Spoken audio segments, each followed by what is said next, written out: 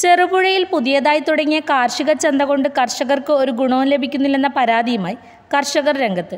കർഷകന്റെ ഉൽപ്പന്നത്തിന് ന്യായമായ വില ലഭിക്കുന്നില്ലെന്ന് പറയുന്നതിനൊപ്പം കർഷകർക്ക് വിൽപ്പനയ്ക്ക് കൊണ്ടുവന്ന വളത്തിനടക്കം MRP വിലയേക്കാൾ അധികം തുക ഈടാക്കുന്നതായും പറയുന്നു.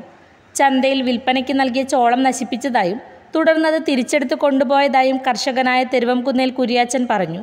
കർഷകർ നൽകുന്ന ഉൽപ്പന്നത്തിന് വിലയിടിക്കുകയാണ് ചന്തയിൽ ചെയ്യുന്നതെന്നും ഇനി ഈ ചന്തയിൽ ഉൽപ്പന്നങ്ങൾ നൽകില്ലെന്നും കുര്യാച്ചൻ പറഞ്ഞു.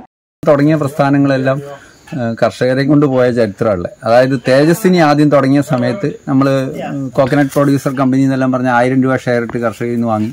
ഇന്ന് തേജസ്വിനി കളത്തിലില്ല. തേങ്ങയ്ക്ക് വില കുറഞ്ഞപ്പോഴും വെറുതെ വഴിയിൽ ആളുകൾ പെറുക്കിക്കൊണ്ടുപോയപ്പോഴും സഹായത്തിന് ആരും ഉണ്ടായിരുന്നില്ല. അതങ്ങനെ ആ ഷെയറും പൈസയും അങ്ങനെ പോയി.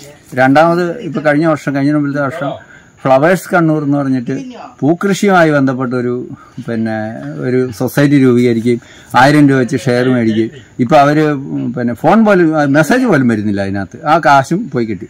ഇതിപ്പോൾ അവർ ഷെയറൊന്നും എടുത്തിട്ടില്ല. ഇത് കർഷക ചന്ത എന്ന് പറഞ്ഞിട്ട് ഇപ്പോൾ കൃഷിഭവന്റെ ഒരു ചന്ത അതിന്റെ ഓപ്പോസിറ്റ് കാണുന്നുണ്ട്. മീൻ മാർക്കറ്റിന്റെ ഇടത്തും വലത്തും 2 ചന്തകൾ. അവിടെ ഇത് എത്രത്തോളം വിജയിക്കുമെന്ന് ചോദിച്ചു കഴിഞ്ഞാൽ കർഷകർക്ക് ഉപകാരം ഉണ്ടാവുമെന്ന് എനിക്ക് തോന്നുന്നില്ല. കാരണം ഞാൻ പറയാൻ കാരണം ഇത് വിത്തിന് വേണ്ടിയിട്ട് കൊടുത്ത സാധനമാണ്. ഈ കൃഷിഭവനിൽ എത്തിച്ച് കൊടുത്താണ്. കുറേ ആളുകൾ ആവശ്യപ്പെട്ടിരുന്നു. അപ്പോൾ വിത്തായിട്ട് കൊടുക്കണം എന്ന് പറഞ്ഞിട്ട് അവരെ ഏൽപ്പിച്ചതാണ്. അവർ 2 ദിവസം കഴിഞ്ഞ് ഞാൻ അവിടെ ചെന്ന് കഴിയുമ്പോൾ അവർ പറഞ്ഞു ഇത് മുഷിഞ്ഞു പോയതുകൊണ്ട് ഞങ്ങളിത് വാരി കളയാൻ പോകാമെന്ന് പറഞ്ഞു. അങ്ങനെ ഞാനിത് തിരിച്ചെടുത്തുകൊണ്ട് വന്നത്. ഇതെല്ലാം മുളച്ചതാണ്. ഇത് വിത്താണ്, സ്വീറ്റ് കോണാണ്, മറ്റേ മക്കച്ചോളമല്ല. അപ്പോൾ ഇതങ്ങനെ പിന്നീട് നമ്മൾ ചെറുചേമ്പ് കൊടുത്തു.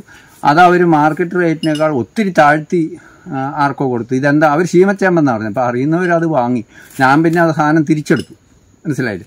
അപ്പോൾ അതുകൊണ്ട് കർഷകർക്ക് ഇത് എത്രത്തോളം ഗുണം ഉണ്ടാവും എന്ന് ചോദിച്ചു കഴിഞ്ഞാൽ പറയാൻ പറ്റില്ല. മറ്റൊന്നുള്ളത് സൂഡോമോണസ് ട്രൈക്കോഡർമ അങ്ങനത്തെ സാധനങ്ങളൊക്കെ അവിടെ വിൽക്കുന്നുണ്ട്. ഇത് കനത്ത ചൂടിലാണ് അവിടെ ഇരിക്കുന്നത്. ശരിക്കും യൂണിവേഴ്സിറ്റി പോലും അത് കൂളർ ബോക്സുകളിലാണ് സൂക്ഷിക്കേണ്ടത്. അപ്പം ഈ വക സാധനങ്ങൾ വാമ് ഇതൊക്കെ വെയിൽ നേരിട്ടടിക്കുകയോ അല്ലെങ്കിൽ ആസ്പെറ്റോ ഷീറ്റിന്റെ അടിയിൽ കനത്ത ചൂടിൽ വെക്കുകയോ ചെയ്ത് കഴിഞ്ഞാൽ അത് നഷ്ടമാണ്. അത് പിന്നീട് ഒരു ചോക്കുപൊടി മാത്രമായിട്ട് അവശേഷിക്കുകയാണ്. അപ്പോൾ കർഷകർ ഇത് സൂഡോമോണസ് ഉപയോഗിക്കേണ്ട സാഹചര്യത്തിൽ അത് വാങ്ങിക്കൊണ്ട് ഉപയോഗിക്കുകയും അവർക്ക് ആ പൈസ നഷ്ടപ്പെടുകയും അവരുടെ കൃഷി നഷ്ടപ്പെടുകയും ചെയ്യുന്ന ഒരു സാഹചര്യമുണ്ട്. അപ്പോൾ ഈ ഒരു സാധനം അല്ലെങ്കിൽ അത് എന്താണ് ഈ ജീവാണു വളങ്ങൾ അത്തരത്തിലുള്ള സാധനങ്ങൾ സൂക്ഷിക്കേണ്ടതുപോലെ സൂക്ഷിക്കാതെ കർഷകരിൽ എത്തിച്ചു കഴിഞ്ഞാൽ അത് ഒരു ഗുണത്തെക്കാളേറെ ദോഷമാണെന്ന് കർഷകരുടെ ഇടയിൽ ഒരു സന്ദേശം വരും. കാരണം ഉപയോഗിച്ചിട്ട് ഗുണം കിട്ടാത്തൊരു സാധനത്തെ പറ്റി പൊതുവെ കർഷകരുടെ ഇടയിൽ ഉണ്ടാകുന്ന ഒരു ചിന്താഗതി അതായിരിക്കും. അതുകൊണ്ട് അതിൻ്റെ കൈകാര്യം ചെയ്യുന്നവർക്ക് ഒരു ട്രെയിനിങ്ങോ അതിനെക്കുറിച്ചൊരു ബോധവൽക്കരണ പരിപാടിയൊക്കെ നടത്തുന്നതായിരിക്കും നല്ലത്. പിന്നെ അത് MRP റേറ്റിനേക്കാൾ 10 രൂപ അധികമാണ് വാങ്ങിക്കുന്നത്. ലാഭം ഉദ്ദേശിച്ചുള്ള ഒരു ബിസിനസ് ആണെങ്കിൽ ഒരു പച്ചക്കറി കട തന്നെ തുടങ്ങിയാൽ പോരെ? അതല്ലേ അതിൻ്റെ ഒരു ശരിയായ രീതി. ഫലത്തിൽ ഇത്രേ ഉള്ളൂ. പഞ്ചായത്തിന് ഇപ്പോൾ അത്രയും സ്ഥലം ഒരാൾക്ക് പതിച്ചു കൊടുത്തതുപോലെ അയാളുടെ കൈവശം എത്തിപ്പോയി. കാരണം മറ്റേ കൃഷിഭവന്റെ ചന്ത ഓൾറെഡി അവിടെ ഉണ്ട്. എല്ലാ സമയത്തും പച്ചക്കറികൾ കിട്ടാൻ സാധ്യത ഇവിടെ ഇല്ല. അത് കർഷകരിൽ ഇപ്പോൾ കുടുംബശ്രീ ഷോപ്പിയുടെ പച്ചക്കറി അവിടെ വാങ്ങി ഒരു മാന്യമായി കൈകാര്യം ചെയ്യുന്നുണ്ട്.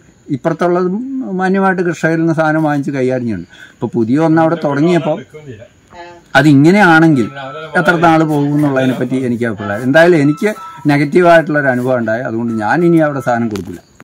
കുര്യാച്ചൻ എത്തിച്ച ചോളം മുളച്ച് നഷ്ടം വരുത്തിയതിന് ഒപ്പം ചെറുചേമ്പ് നൽകിയതിന് വില കുറച്ചാണ് വിൽപ്പന നടത്തിയതെന്നും കുര്യാച്ചൻ പറഞ്ഞു. കാർഷിക ചന്തയ്ക്ക് തൊട്ടടുത്ത് തന്നെ കൃഷിഭവന്റെ മറ്റൊരു മാർക്കറ്റ് ഉള്ളപ്പോഴാണ് പുതിയ സ്ഥാപനം വീണ്ടും തുടങ്ങിയത്. നിരവധി പരാതികളാണ് ഈ സ്ഥാപനത്തിനെതിരെ ഉയരുന്നത്.